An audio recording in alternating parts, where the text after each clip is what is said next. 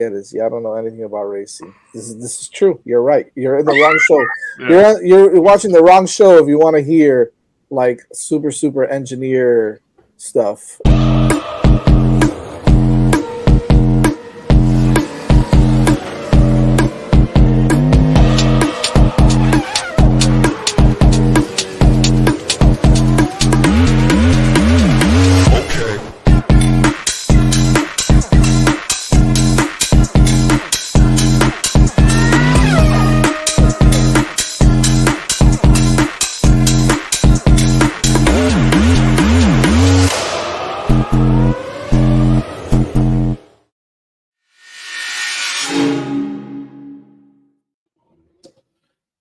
Hello, everyone. Welcome back to Hitting the Apex. Evan, both of us were not disqualified. Can't say the same thing for our team there this weekend.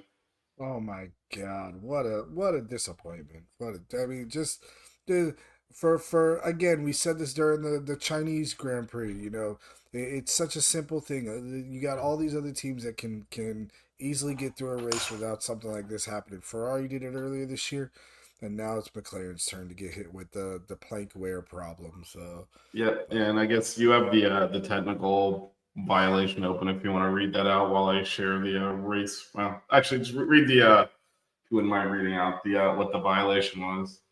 so for before I get to that though, I want to say, did you watch the race live?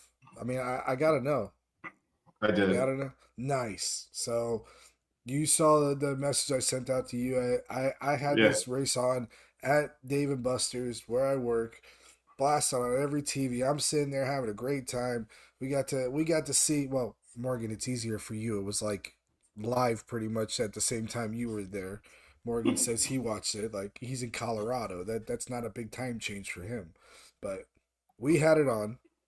I'm watching it. Everything was great. And then I go home and it's 4 o'clock in the morning and I start getting notifications on my phone saying possible disqualification. I'm sitting there, I'm refreshing, I'm on Reddit. I'm looking at on the F1 forums on Reddit trying to figure out what is going on because they're saying it could be a fuel issue.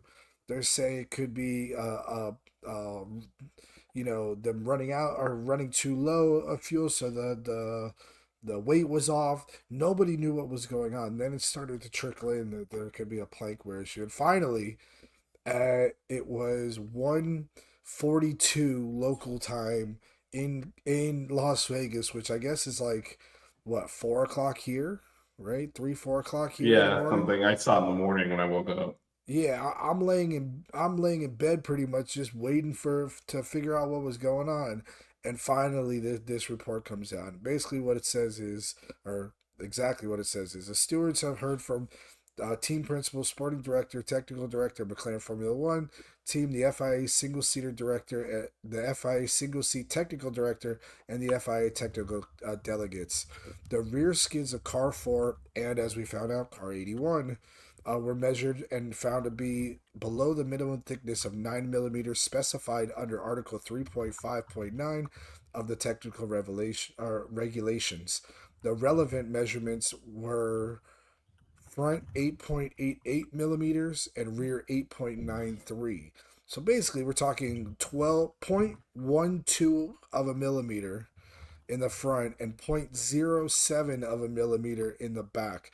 The measuring device was a Me Toyo micrometer purchased in May of 2025, and according to the manufacturer specifications, accurate to within 0.001 of a millimeter. The rear skids were remeasured in the presence of the stewards and the three McLaren representatives, and those measurements confirmed that the skids did not comply with the regulations.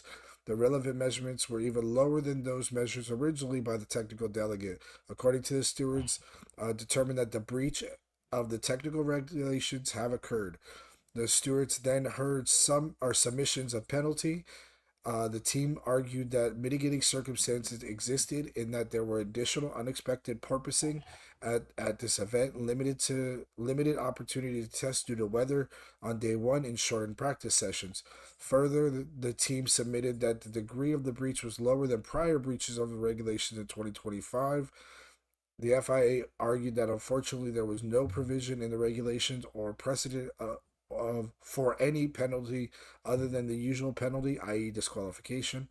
The FIA noted that it strongly held the view that the breach was unintentional and that there were not deliberate or was not a deliberate attempt to circumvent the regulations. The stewards also note the various decisions the FIA Court of Appeal, which limit the ability to avoid disqualification for technical breaches. Notwithstanding the submission by the team that there were potential accidental damage that may have led to the movement of the floor, which could have caused damage led to the movement, or which could have caused additional wear. The stewards did not consider this sufficient to mitigate the penalty. The stewards determined that Article 3.5.9 of the FIA Formula One technical regulations had been breached, and therefore the standard penalty of disqualification needed to be applied for such infringement. So, essentially, what they're saying is that they understand that it wasn't something that they tried to do purposely. They weren't trying to lower the car to get better performance out of it, and that's why this happened. But at the end of the day, they still broke the rule.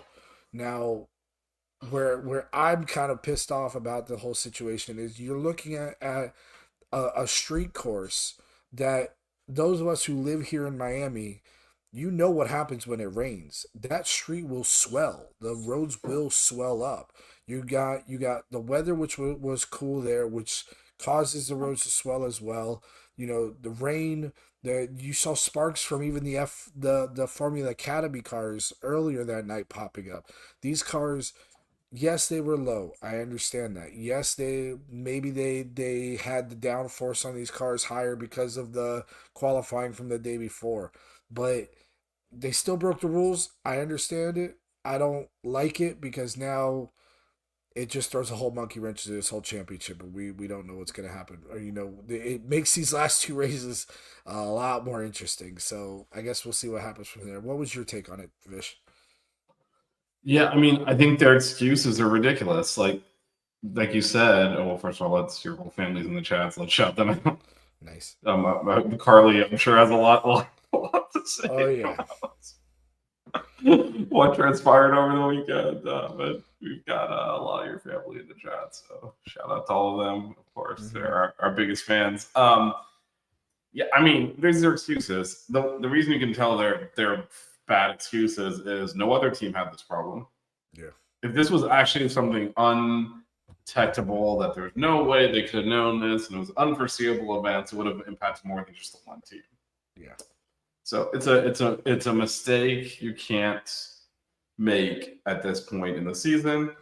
And I mean, one of the frustrating things with how the title was decided like 4 years ago is that they violated all their rules on a sport that is very technical and very exact. And if you're a millimeter off, that is a violation. You get disqualified. Those are the rules. This explanation is garbage. It was embarrassing. Frankly, well, we didn't know that it was going to porpoise. I'm like, what are you talking about? Yeah. It's embarrassing. For sure. And it threw away a lot of points, which obviously for the team doesn't really matter, but for the drivers, especially on straight, to be honest, that is not having. He's the number 2 driver basically now for the last 2 races. He's going to have to do the rear guard. Leave him out there, block Max, do all that kind of stuff. I think is basically his role now. But no, there's no excuses for this. Everyone has the same conditions. How come no one else had their plate wear down? Clearly, they screwed it up. They made a mistake. It was on both cars, and that's another reason this was preventable, because they did it on both cars. And what I mean by that is it was so obviously going to happen that despite the variances in driving styles and where they started and how they drove, the number of times they went off track and all of that, they both won. Because if it was one car, you could say, okay, maybe, we didn't expect Oscar, Orlando, whoever to go over a curb or something and it scraped it more. No, this this was set up to fail from the beginning. And again, it's not really ever acceptable at this point in the championship when you're just trying to see it over the finish line. And this was over essentially until the DQ. Even with Max winning, that wasn't enough points. That's why Lando coasted home into second. He also almost ran out of fuel, another screw up. I mean, these are obviously that ended up not mattering because he got disqualified, but these are things that are just not acceptable from a team that's trying to win the drivers' championship. Yeah, these are championship for the first time.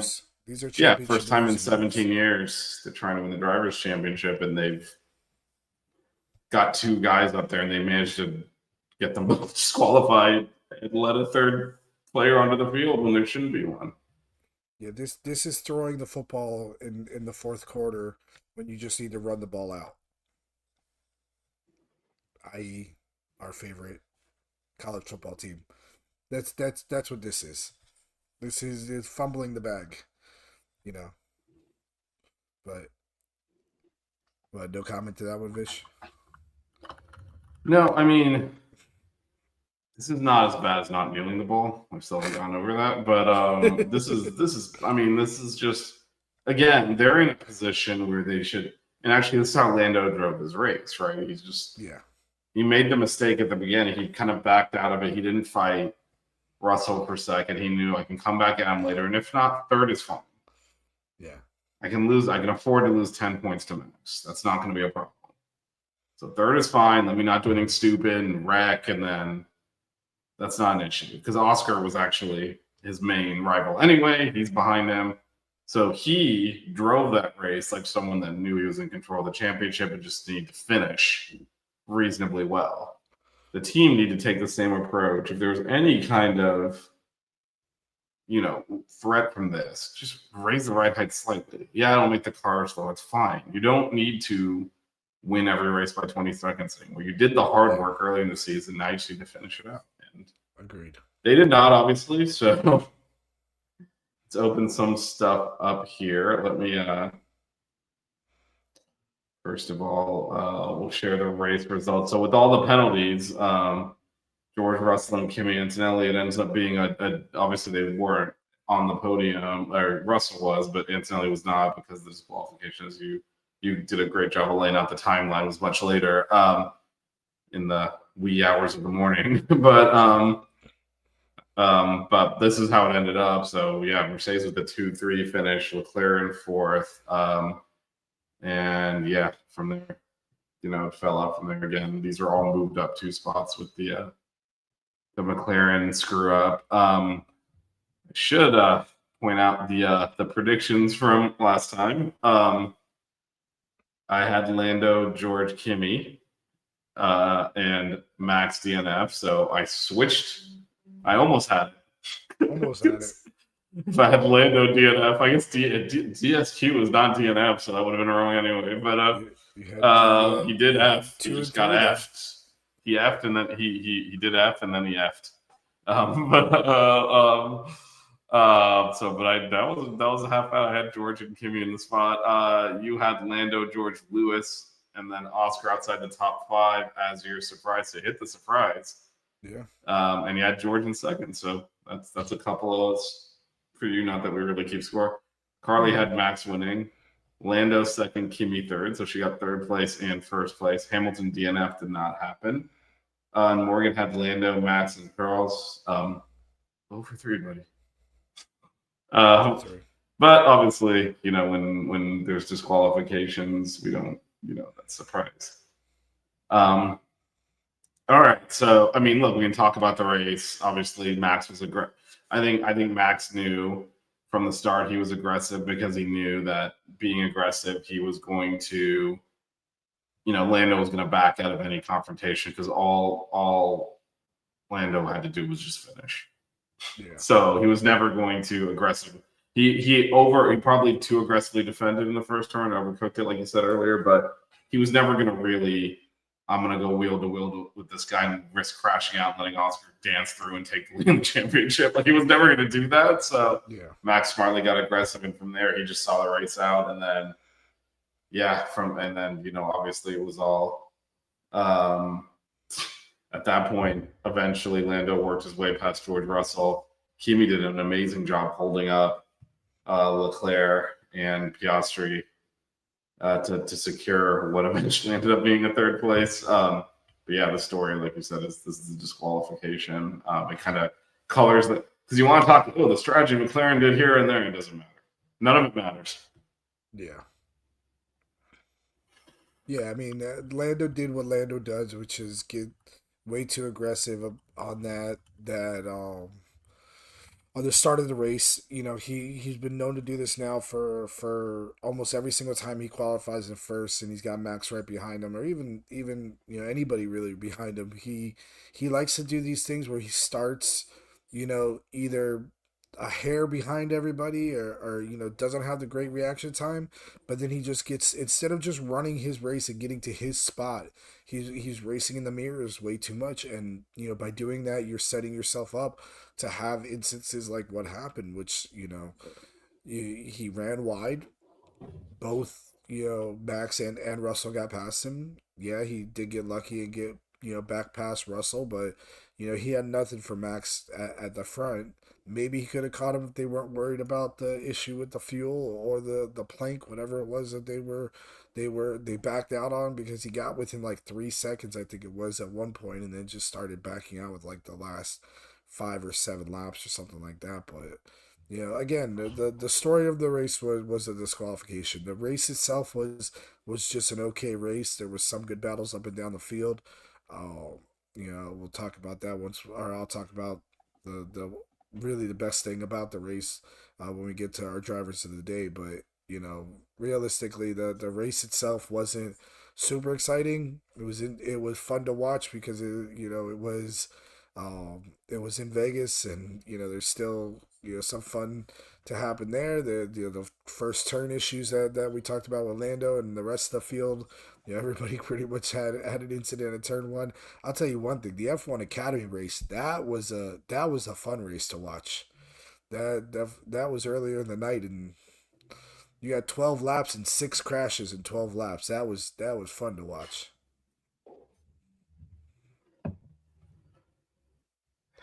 Yeah, I mean, it's again. Anyway, just very disappointed in McLaren. Yeah, me too. Well, so what that did to the driver standings is Lando still in the lead comfortably, actually, by 24 points. That is barely within a race. And Max and Oscar are now tied for second with 366.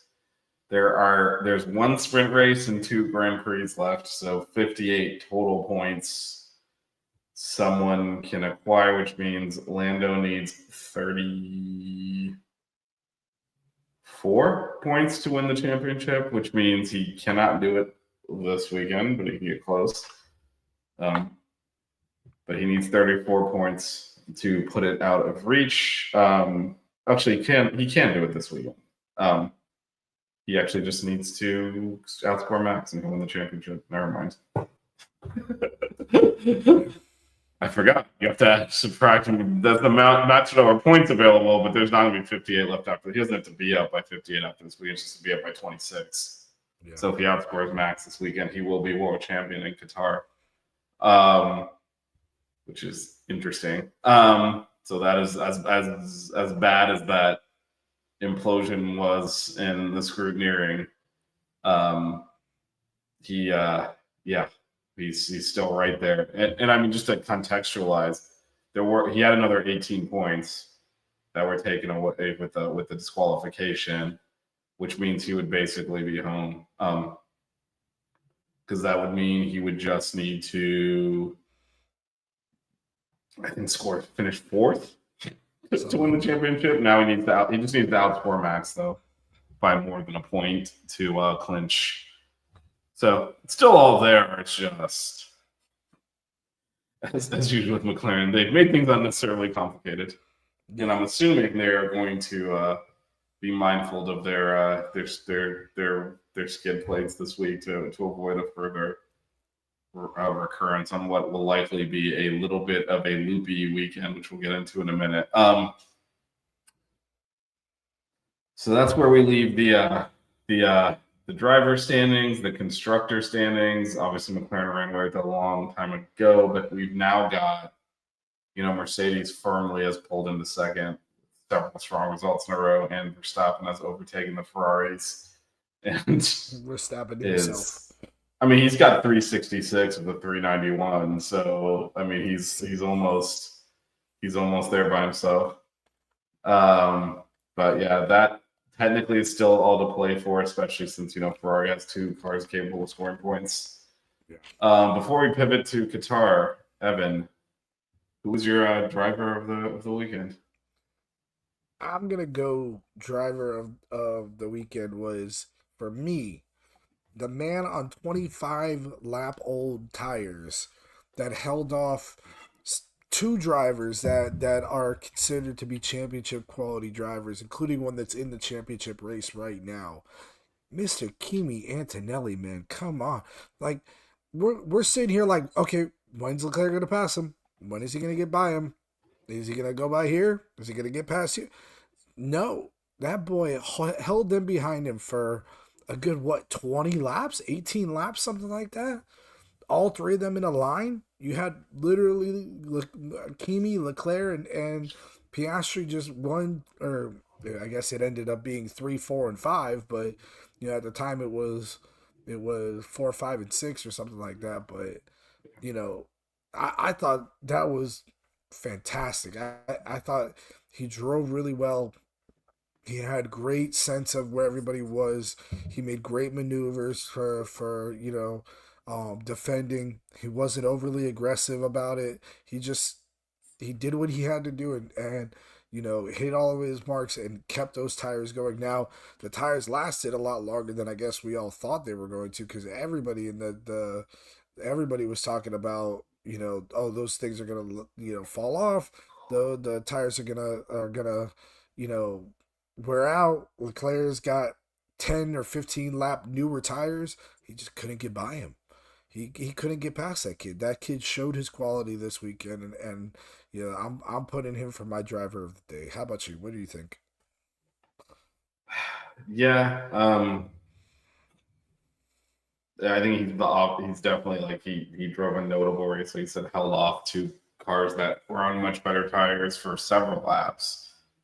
I'll just give it to Max. The McLarens disqualified themselves. Max took the initiative at the beginning and then just comfortably eased away. Although it would have, Lando was running him down when they realized he was going to run out of fuel, and backed off. And then turns out none of it mattered because they disqualified. But yeah, Max, won the race in the first few turns. Good jump off the line, held his position well, held his nerve when Lando overshot the turn. Took the lead and never looked back. So I'll go Max. Yeah. And what about your disappointment? That goes without saying.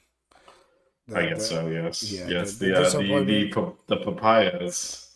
I wouldn't say there's a disappointing drive. Well, all right. Let's rephrase this. Disappointing driver of the day. I'm gonna go with Lewis. I thought Lewis was gonna show a little bit more here. I'm still on the fence on whether he is going to whether he's gonna come back with Ferrari next year, man. I don't know. This might be one of those situations that at the end of the season he comes out and says, I'm done. I got 1.5 million other things I can go out and do, because we all know that he can do whatever the heck he wants to do in this world. He's got that kind of cachet with him right now, and whether he wants to come back to this team, that's going to be the real big question, and we'll see how that plays out after the season is over. But I really thought he was going to come out and show a little bit more. Morgan makes a good point. He did get it into the points, but it was, barely in the points, and you could hear him complaining about it the entire race. It was also in the points because of our high voice. Exactly. I'll throw another one out there. It's also McLaren related, but Oscar, at some point,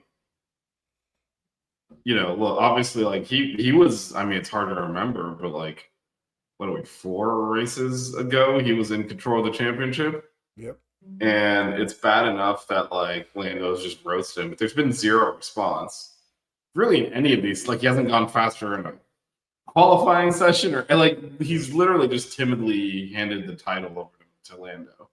Yeah. And I expected at some point, and this is actually one of the reasons we're like, Oscar after that DNF in the Netherlands for Lando, we kind of said, well, it's not technically over, but like Oscar would really have to finish behind him in every single race and like really like not put up a fight. See, I remember Oscar won that race too, and he was in front when I mean Lando was going for second place behind Oscar in that race. So it's someone that was performing, and I thought at some point we'd see a competitive response here. And it's lacking completely. I don't know what has happened there, but by now I expected some. I didn't necessarily once Lando overtook him, I was like, Lando's probably going to finish this thing off, but I expected some kind of fight back. Like, let me finish ahead of Lando in this session. Let me finish ahead of Lando. Let me get on the podium at least. Something like this is really poor. And even before the disqualification, you mentioned Kimi. He was one of the ones being held up back there, but great job by Kimi, obviously. But what the hell is Oscar doing back there? Why isn't he up there with Lando? I have heard some chatter about stuff about like these tracks that they've been at lately, whether it be Las Vegas, whether it be Brazil, some of the tracks that they've been to lately just aren't his style of tracks, and that funny enough, these last two tracks are kind of more his bread and butter. These dedicated full on circuits that are new style, with the designed recently, I guess you could say, kind of, we were just at Brazil. It's been there forever, at Interlagos. We're here at Las Vegas. That's a street circuit, though maybe those ones don't fit his style of driving as much as these newer kind of flat, high G turns real fast, excuse me, those type of tracks, like how they are, or how they are set up for these last two races in Qatar and in Yas Marina. So we'll see how he does going into FP1 this week. And is it this week that's the sprint race? Yes. So we'll see how he does in FP1 and then going into the sprint qualifying and everything like that. But it's going to be interesting. It will be, it would be a surprise at this point, after what we've seen for the past month, pretty much, to see if he comes out and kind of has a good weekend overall. And it would really mix up this, championship weekend if say for instance he comes in first, Lando comes in third, and Max comes in second. I mean that would make for a really interesting, final race, because it would bring them all pretty much with having to finish in order in order to finish, like whatever order they finish in would be the championship order pretty much at that point, because of how the points will play out and everything. But or maybe Lando would always be in second either way if he ended up third this week and then second the next week. Would he still win the championship, you think, if that was the case? Yeah, if he finished second, yeah, he's got to lose 24 points. So that is essentially deep. I mean, if he finishes second and third, he's definitely fine. That's 18 points, depending on how much he would lose in the sprint race. But he's in control. He's got to really.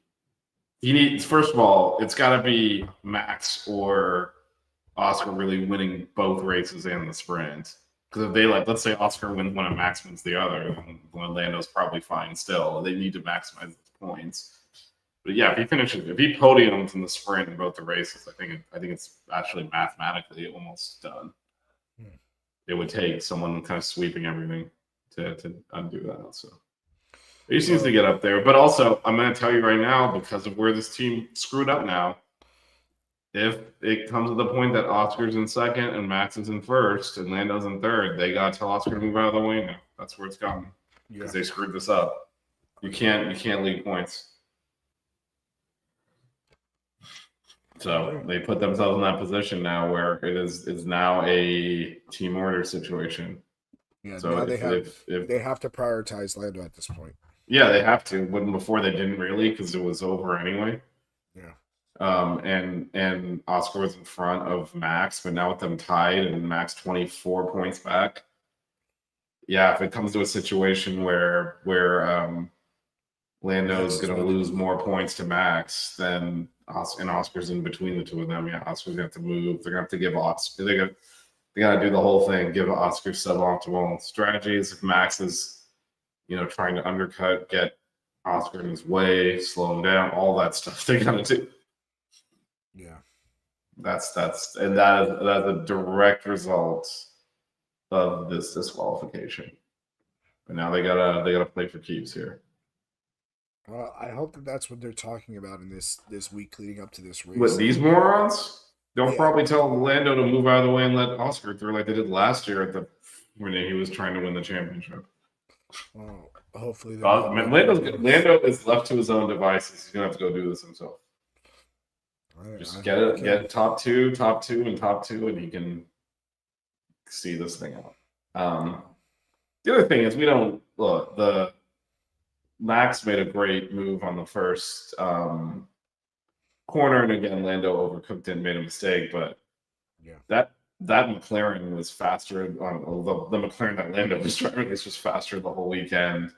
There's no reason to believe it wouldn't be this week as well. So I think they should have the faster car, and this should not be a problem for Lando to see out anyway. But just pissing away 18 points at this time of the championship, not good. Yep. But there are some variables this week as we get into Qatar. Let's play the video, and then we're going to talk about throw the rundown out a little bit because I do want to talk about the actually, let's do this discussion first, go about where so the tire compounds are C1, C2, C3. However, that is not the story. Yeah. The story is that because Pirelli doesn't trust the tires to last, any tire you put on your car throughout the weekend is restricted to 25 laps. So what does that mean? That means, first of all, the race is 57 laps. So that means you cannot one stop, period.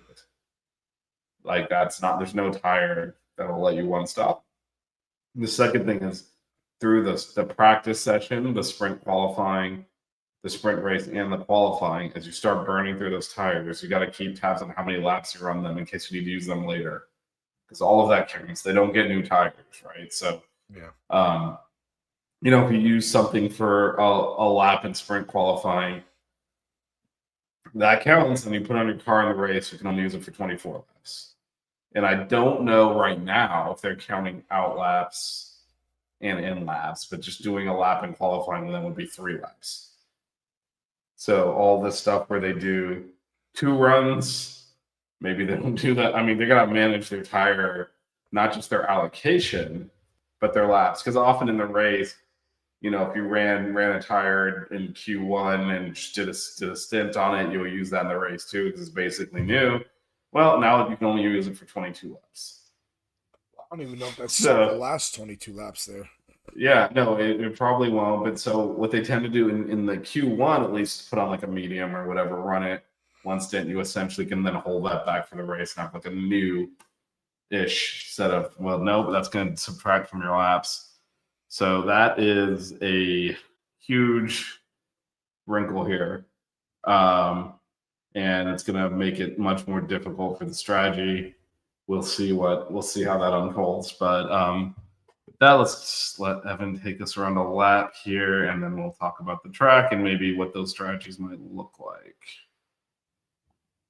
Begins with a long main straight that leads into turn 1. A heavy braking right-hand corner and the track's main overtaking point. From there, the circuit bends gently through turns 2 and 3 before diving into its most recognizable section. A long sequence of fast connected right-handers from turn 4 all the way to turn 10. Drivers must keep their speed up and stay committed because any hesitation costs time through the entire sequence.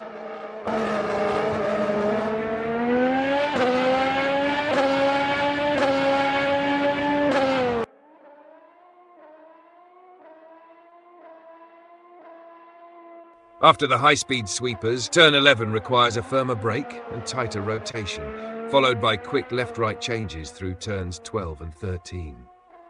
Turn 14 is a slower, longer left-hand corner that tests front-end grip. Next comes turn 15, a short, technical right-hander that sets up the run into the final part of the lap. Turn 16, the last corner, is all about getting a clean exit. The better the exit, the more speed you carry back onto the long main straight and the more time you gain. Low sail rewards rhythm, precision and confidence at high speed, making it a challenging but satisfying circuit to drive, especially under the glow of its iconic lights.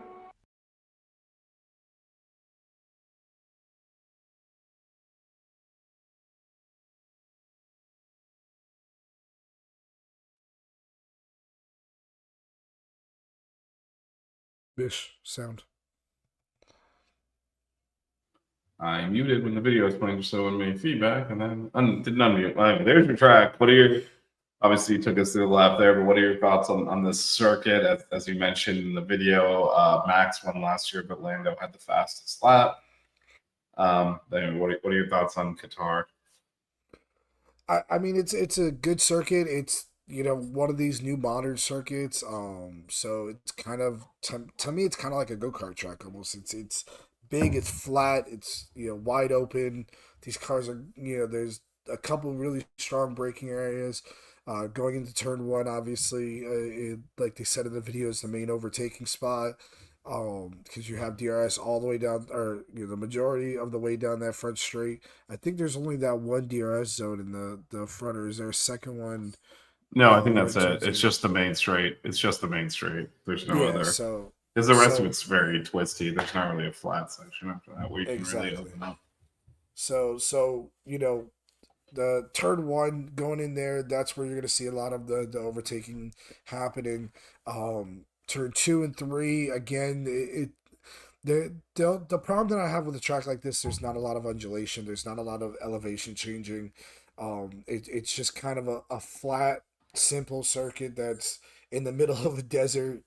You know, you got, I think the reason why they're worried about these tire issues is there's a lot of high G corners, because, you know, what hurts the tires is when you're making these corners so fast and they're so flat that you're sliding these tires out, you're pushing them, you know, if you're understeering, and you're scrubbing away so much rubber off of these tires going through all of these high speed corners, you know, with no camber in the turns whatsoever, with no, you know, banking, I guess you would say, you know, is the word that we reference, you know, for like NASCAR and stuff like that. But even Formula One tracks have, you know, some of them have some of that, you know, banking to it. A lot of the street circuits don't, but a lot of the street circuits are a little bit slower. You know, yes, Las Vegas was fast, but it was fast because it's got a long, super long straight. This is a fast circuit all the way throughout, but it's also very flat. So you're going to see a lot of, like we were talking about, the tire wear. They're going to blow through those tires pretty fast if you know, we're gonna, you know, when we talk about the strategy of it, I can see them pulling off this 2 tire stop strategy, being like, we're gonna put the softs on it in the very beginning, run 5 to 7 laps on the softs, and then going 2 hards after that, you know, just to try to keep it going until the end of the race. But it's gonna be an interesting race just because of that. I actually think it'll go. So the one comparison we have for this is Monaco. Now, this is much harder to overtake, so you can't do. I mean, this is not as hard to overtake. It's easier to overtake, so you can't exactly do that. But I think going softs early and potentially having to have an early pit stop, you could get stuck behind some people running long on those hard tires, and get really stuck there. It's not easy to overtake here. It's doable. It's not going to be Monaco, where it's essentially you can, you know, slow down to the point that your teammate can pit and come out in front of you, and you still wouldn't get over. You're going that slow, you're gonna get past here. But I'm curious how they play this, just because that showed, you know, these teams went in there with a strategy. Remember, right at the beginning, there was a red flag in Monaco, and those cars all dove into the pits like, oh, they got it. That's one of their 2 mandatories. They're gonna have an advantage. And then they realize, oh, you can't pass anyone here. You're just stuck in the back. So I do wonder if especially the front runners may go the other direction. start out on hards, try to go long for the field to spread out more, and allow them then to execute their 2 pit stops into more gaps and more clean air. I don't know though. It's tough. Like you said, this is a track that has track position as being really important, which usually lends itself to 1 stop. Now it's a forced 2 stop. So yeah, it'll be interesting to see how they navigate this. It is going to be challenging. It's the 3 hardest compounds in the set, but I guess that wasn't enough for Pirelli to have confidence they could do more than 25 laps. Unless that's if you take what they said at face value and don't buy into conspiracies that they're trying to jumble the field up to make Abu Dhabi more exciting. Which there are priors, ignoring entire safety car rules that hand Max a championship that he didn't win. Other than that, though, there's they got the last lap overtake they were looking for. Drive to Survive, new season coming up. So I think that it's good. If I'm especially if I'm McLaren, I'm not giving up track position. I'm assuming they're gonna qualify near the front, so will Max. They'll be up near the front. I think you hold track position. If you're McLaren, if you're Lando especially, I think if you're Max, maybe you try something more aggressive because he's gotta win. But for McLaren, if you pit a little bit too late, it's not that big of a deal if you lose a spot. Like I think they got to be conservative here with all of these variables. Understanding that when they go to Abu Dhabi, it's just the one race at that point. It's a straight shot. They won't have these weird tire things. They can just one stop into victory in the championship. So I think if I'm them, a little bit more conservative. The other thing you can do if you're Lando is just mirror Max's strategy. He pits, you pit the next lap. Well, I mean, that's assuming that Max is going to be ahead of him. Because even if he's behind you, just you play conservative, you don't screw it up. Because even let's say Max is let's say Lando's in first and Max is second, Max pits, just pit the next lap. What's the worst that's gonna happen? Yeah. You end up maybe you get undercut, you lose a spot, you're second instead of first. That's an okay result for you. And so the only way you'll screw it up is like, oh no, we know what we're doing, which McLaren never seems to do. And then you go at a different strategy and it blows up in your face. You end up like 6th or something. I mean, I guess what the real question is going to be is do you try to force the second pit stop early, or do you wait and do the second pit stop late? You know what I'm saying? Like do you go? No, it's hard do you to go say. soft? Do you go soft or medium? And then go hard, or do you go hard, and then that's soft or medium afterwards? Because you're going to run that first, or you're going to run that first hard tire to that 25 lap limit. The question is whether you want to put the tire that's going to go maybe that 8 to 10 laps, which is either the soft or the medium. We'll see how it shapes out during the weekend. Where you want to put that tire. The hard will last that 25 laps. That's what we all assume. That's what we all figure is what the data is saying, that they're gonna let them go that far with it. So it should be able to make it to that 25 lap limit. So you're gonna go 25, and then something. At one point. Now, is it going to be at the beginning of the race? Is it going to be in the middle of the stops, or is it going to be at the very end? That's where the strategy is going to come out, and we'll see how it works out. I mean, hopefully McLaren makes the right decision. I think the smart decision would be to do it early, get it out of the way, because you really don't want something to happen at the end of the race, and you still have to pit at the end of the race. Because of the fact that your tires are gonna fall off. You know what I'm saying? Like I would rather go the 10 laps on the softs or the mediums. If you think that the softs aren't even gonna last that far, go 10 laps on the mediums and then put on a set of hards and then put on a set of hards, for the last 25 laps and run those last 25 laps like that. That's to me the better strategy in this situation, just because you get it out of the way quicker. You get the worst tire out of the way as quick as possible. To me, if you don't do that, you're setting yourself up for, potentially something bad to happen. Yeah, and I think the advantage that McLaren does have, because again, this is you know this is a weird strategy when you're forcing pit stops. Yeah.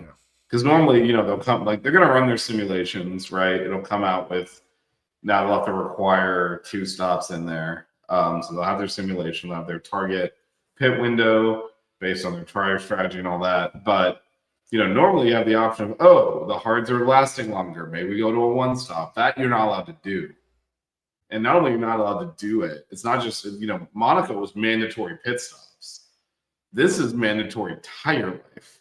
So you cannot pit in the first 7 laps, or you have to pit a 3rd time.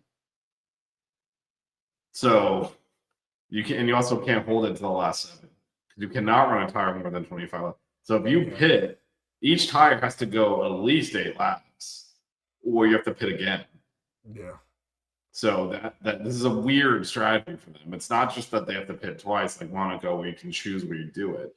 The tires are maximum 25 laps, which means you don't have the option of like doing half the race and then pitting twice quick. No, you've got to kind of spread them out. You also don't have the option of, if there's a safety car in the first 5 laps, no one can go in the pit unless you want to just do an extra pit stop later.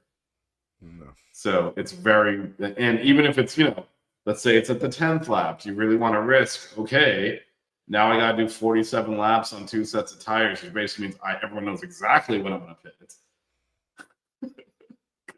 Because I basically have to do 23 and 24. Like, that's if you even have a brand new set of tires, because if you've used them in a practice, you're getting into a situation where they're almost going to have to just do 15 to 20, 15 to 20, 15 to 20.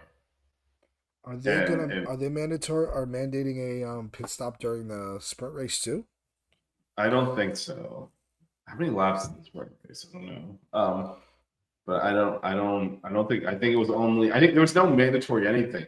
It is, you cannot run a tire for more than 25 laps, period. Yeah, but if the sprint race is more than 25 laps, I don't think it is. It's usually a third, like 17 or something like that. Yeah, but that tire, you're basically not gonna like again, sometimes people do pits. Can't do it.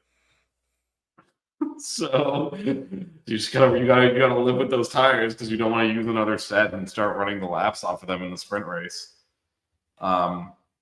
Yeah, so it's a weird restriction. It's not your, Monaco, they tried to force 2 pit stops just to spice it up. You didn't actually need the 2 pit stops. In this case, the requirement on the life of the tires and the fact that it is 57 laps. You think about 20 laps per tire, that's 3 basically full sets of tires.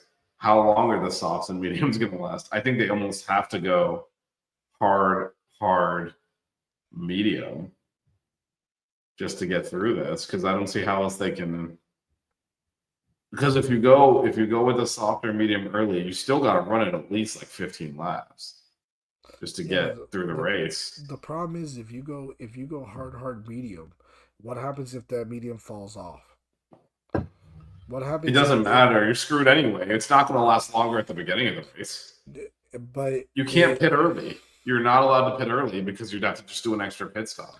Yeah, they're going to have to run some. If you run the softs, say 15 or 10 laps, right? If it's 57 laps, you run the softs 10 laps, right? Then you're golden. You come in after that 10th lap, you put on the hards, you can go 25 and 23 and the race is over.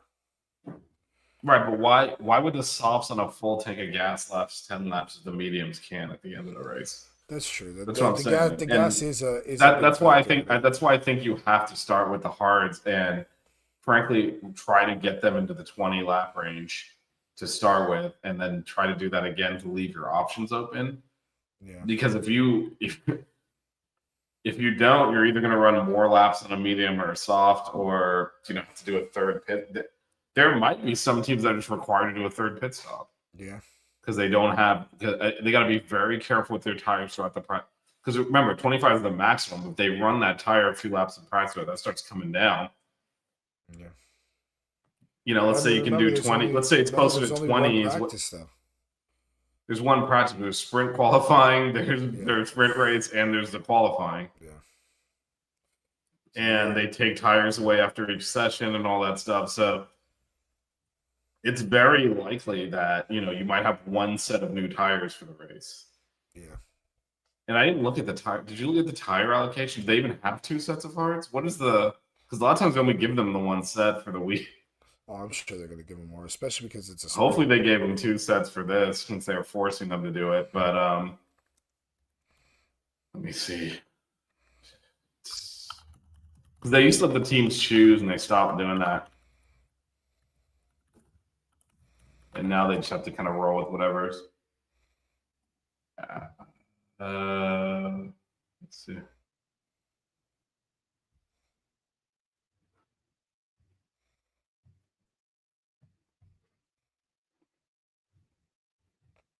Looking it up too. Yeah, I'm looking. I don't see. Oh, here it is. 2 sets of hards, 4 sets of mediums, 6 sets of softs. So what is you said 8 sets of softs, right? 6 softs, 4 medium, 2 hards. So I think you absolutely have to save your hards for the actual race. Yeah. And because you're going to need that. Which is going to, again, make the sprint race interesting, because if they have to run only the mediums, because they're probably going to use the softs in the qualifying. But also they have to use, don't they have to use one of the hards for sprint qualifying? Oh, you know what? Hold on. I wonder if they. Okay, but all right. So here's I do see a little bit more on the rule here. So not counted laps to the grid, formation laps, laps after checkered flag for sprint and race. So it does not say anything about out laps on qualifying. What a shit show! By the way, you're Formula One, right? You're FIA. You're running the series. The tires are so bad that you're like, we can't run these more than 25 laps. They had issues last year. This is where this is coming from. Like drivers got sick and all this stuff. How about you don't do a sprint race in that same track that weekend? Like, there's no reason. Yeah. They could have put it in Abu Dhabi instead if they wanted to have another sprint race or what. Like, there's no reason.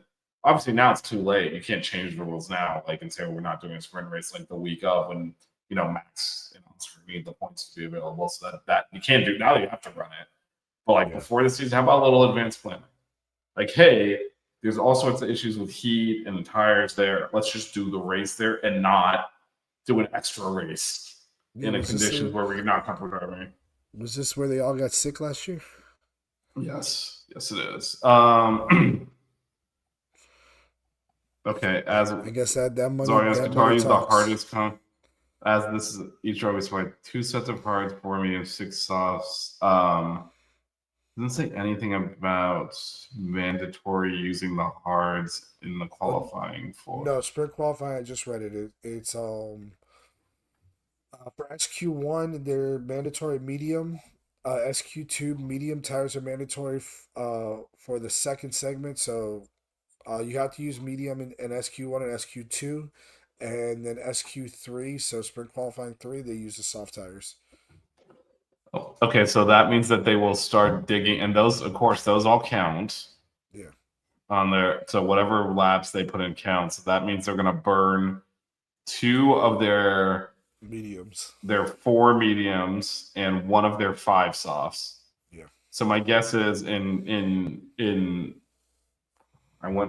We got to figure out how many laps though. So we're going to find out how many laps the sprint qualifying is. I mean, the sprint races.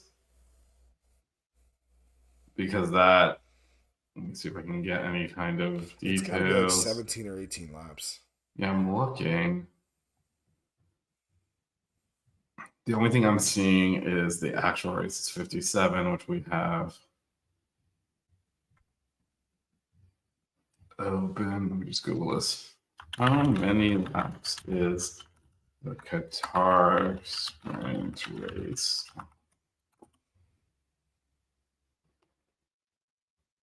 23 laps. So you're basically running through. You're basically running through a whole set of one of your tires. Yeah. Now they don't have to fully fuel the car, obviously, for the full race distance. So my guess is we're going to see everyone run. Mediums. If they run another medium, that'll be their third of 4 sets of mediums. That'll leave them. I think we might see them use softs. Maybe. But 23 laps in softs is a lot. That's a lot of laps on softs. Yeah, I think definitely the qualifying for the main race, you'll see them use softs throughout. They have 6 for the weekend. Yeah. So they can kind of use those up, and then I don't think we'll see the hards until the race. I think they got to leave them both back just in case, because and then I think we'll probably see the mediums in the. I think we'll see the mediums in the sprint race. I think it'll be interesting to see if someone does. Oh, they can't even do that. So if this is accurate, it does not mention. Does not count laps to the grid, formation laps, and laps after checkered flag for sprint race. It does not say anything about warm-up laps or out laps for qualifying runs. If those don't count, I wouldn't be surprised if someone, in SQ1 does 1 lap, saves the tires, and uses them in the sprint race, because you can do 23 laps then. But if those count, that's out lap, sprint, the qualifying lap, in lap. That's 3. That's going to be 22 laps left on those tires. So depending on how they count this, you might not be able to do that, because there'll be 1 lap too many, which means you'd have to put a fresh. Well, of course, you can do that and use the medium in the race then, and go 22 laps on the medium in the actual race. So, but I think they're probably going to all start on mediums for the sprint race. I guess we'll see. We will see. That is a huge, huge variable thrown into this. Yeah, in terms of weather, before we go to the timings, it's going to be warm. Not that hot to say that they couldn't figure out how to do tires, but that's your temperatures, 80s and 60s. Very Miami-ish, probably minus the humidity. And the schedule. We are in Qatar, so Middle East. It is a night race, so decent times for us, bad times for evidence. He likes the night races. But practice 1, 8:30 on Friday. Sprint qualifying at 12:30 on Friday. The sprint race, 9 a.m. on Saturday. Qualifying Saturday at 1 p.m. And the race at 11. Before we do predictions, Evan, anything you're looking out for? We kind of talk. I think this tire thing is like a complete, I think, story of the weekend. But anything else you're looking at this weekend? I just want to see how McLaren comes out for the week, and how they really bounce back after this disqualification. I think, Andrea Stella is somebody who I respect very highly.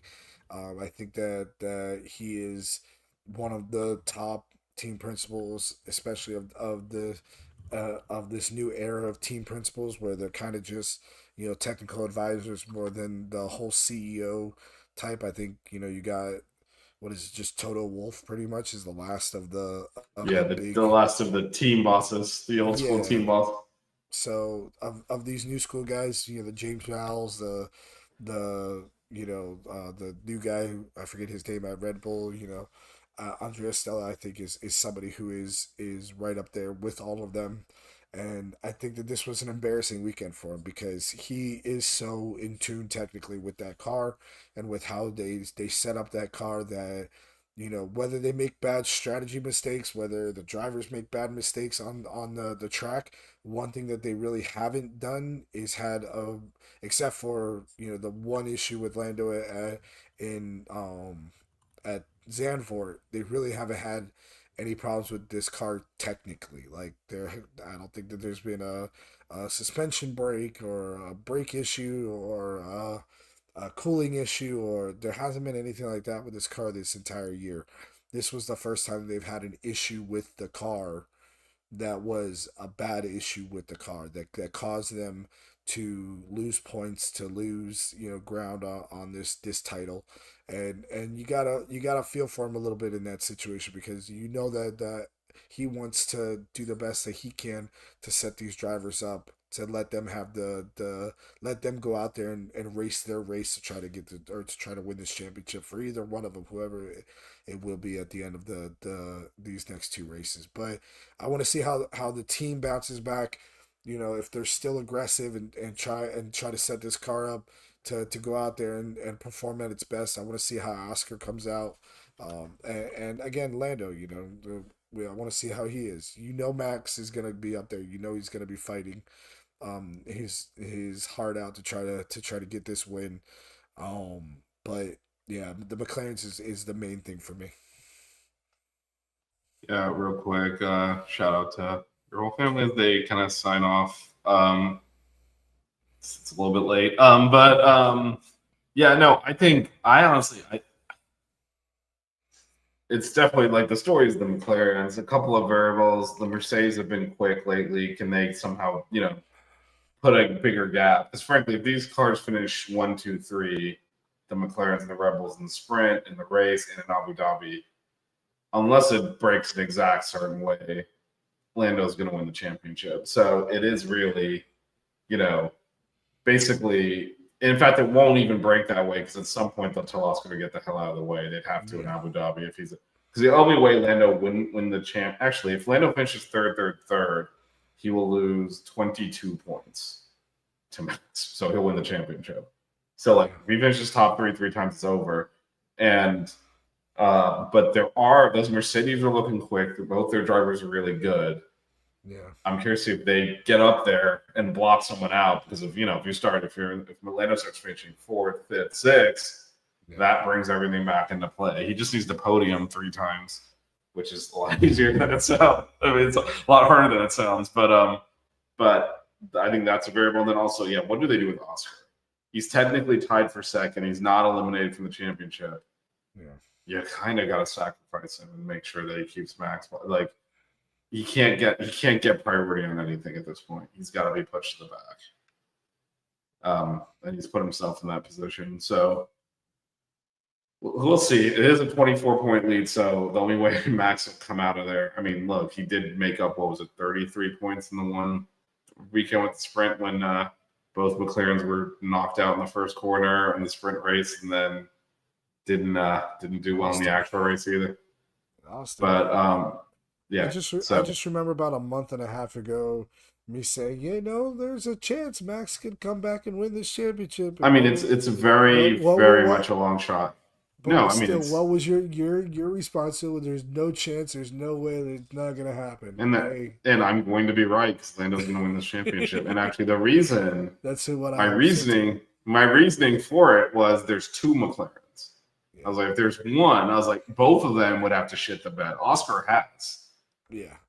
But by the way, even with Oscar shitting the bed, it still took them getting disqualified for Max to tie him. Like, I mean, that's how bad Oscar's been. We even said that. We're like, they would have to have a double DNF. No, I know, that's true. We were like, I mean, what are the chances they both crash out? Like, we're thinking, like, they both, because as long as one of them keeps finishing, like, he'll never hit that they both get disqualified.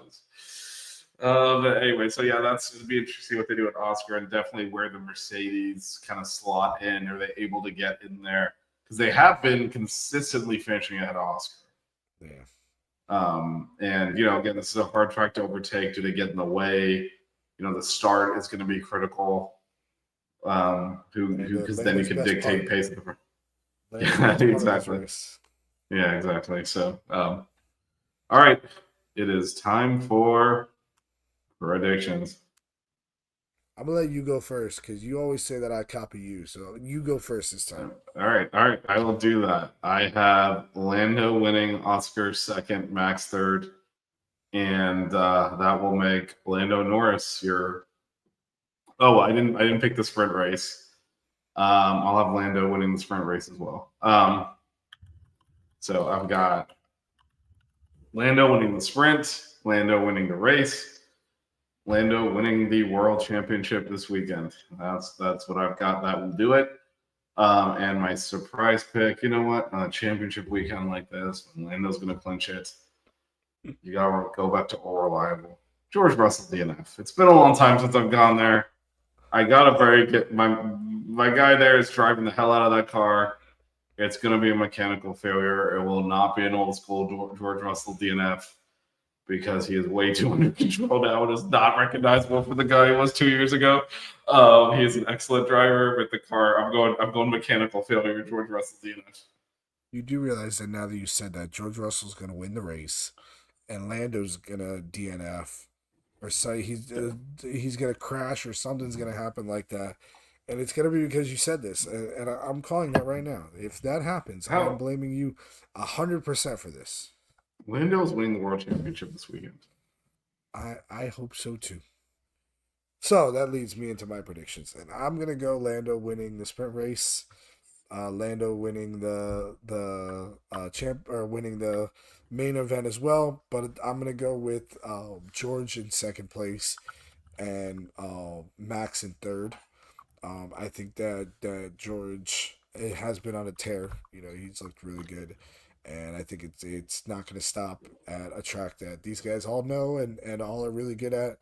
And I think that Max is going to try to make a move, try to do something going into that turn one after Lando puts it on pole, and maybe Lando finally does the right thing and just runs his own race and doesn't worry about everybody else, and gets up there and is able to dominate this race and win that championship that we want to see them win. They won the constructors last year. They won the constructors this year, and let's see them win that elusive drivers championship going into the new regulations starting next year. So that's my predictions for this week. Oh, did I say my you didn't do a surprise. My Yeah, surprise. no, My surprise is I'm gonna go with Carlos Sainz top 5. Wow. So what do you have Oscar doing? I think Oscar's gonna be 4th or 5th or 6th. Fourth will be an improvement over what he's been doing. Even before the disqualification, where was he? 6th? Yeah, I think he's gonna be like 4th or 6th. I think it's gonna be like a Lando, George, Max. Then Kimi's gonna be in there. Then Carlos Sainz is gonna be in there. Then Oscar's gonna be like it's gonna be like that mix of people right in there, and you'll see somebody like an Alonso or somebody else right there. That's 7 to 10. Let's. I mean, you don't need to do 10 surprise picks. One is fine. No, but you know what I'm saying. Like that's you're gonna see those guys between that 7 to 10 to 12. If Oscar's hanging out with Alonso, then he's got problems. Yeah. I got a prediction for you next year that Aston Martin's gonna be a hell of a ride. We'll see. They need to get, they've got one driver that's over the hill, another one that never saw the hill. So, it's a tough driver pair to really. The hill. Yeah, tough driver pair to really maximize the potential. Yeah, I guess we'll see. All right. Well, anyway, just to recap, practice on Friday morning, sprint qualifying Friday at 12:30, the sprint race itself Saturday morning at 9 a.m., qualifying at 1 p.m. on Saturday, and the race at 11. So Lando should be world champion around 12:30, 1 o'clock. If you're setting your calendar. There you go. Popping champagne. Popping that champagne. All right, Evan, thanks for joining me. Let's hope we're not exchanging what the bleep just happened text on Sunday morning. Woke up to that. I'm like, is it too early? I know you work nights and you're up late. So is it too early to text Evan and be like, what the bleep? So I waited until later and then texted you, what the bleep? This time it'll be right in the middle of the afternoon. So hopefully, he wins the world championship at 1, disqualified at 2 would be pretty brutal. So, oh my God. That would be hell. I think they will be well within regulations this weekend, and then fuck up the tire stretch. But we'll see. As we look at some of in the background, some of the best McLaren drivers of all time in the background of my video. Oh, nice. I stopped playing the video that I had of the last year's highlights because you can't go to like it ends too quickly if I start at the next race. I just put on the history of Formula One. I love it. It's a 3 hour video. I'll watch it over and over again. But anyways, finish the night Yep. off. Yep. Thanks everyone for sticking with us, and yeah, we'll see if we have a champion next week. Let us hope. I hope so. Thanks, Evan. See you All later. right, we'll be back next Tuesday. Yep.